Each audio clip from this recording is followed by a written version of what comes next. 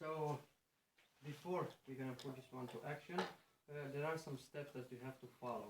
First things first, you have to grease them with Vaseline, all the nuts and bolts, and especially the rotating stuff here. You have to grease them as well, and the pinion for the motor, and all the nuts and bolts, as you can see, with the grease, with Vaseline as well, special Vaseline for cars and for trucks.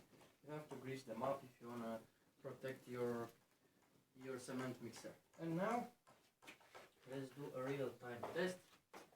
We're gonna extend this cord to the generator that we have installed in the backyard. Let's see. I'm gonna plug this one into the generator. So bear with me for a while.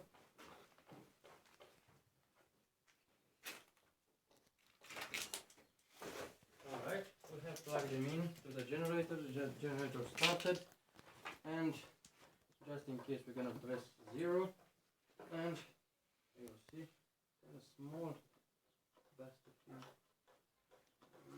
We have to make an extension cord. Alright.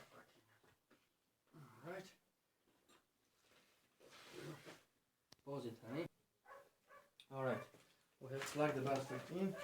We're gonna put him into the mixing gear, which is like so. It's kind of wobbly, and fingers crossed, let's see if it's gonna start. It's working like a champ, friends.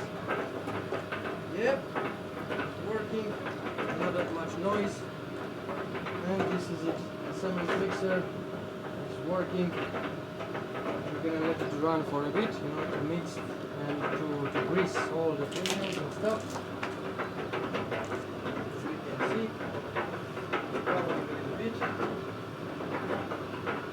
Seems alright. That was it, friends. Hopefully see you next time when we actually will put concrete inside the Vaseline and we're gonna make some concrete. So for watching, in the meanwhile, thumbs up, subscribe, and see you on the next one.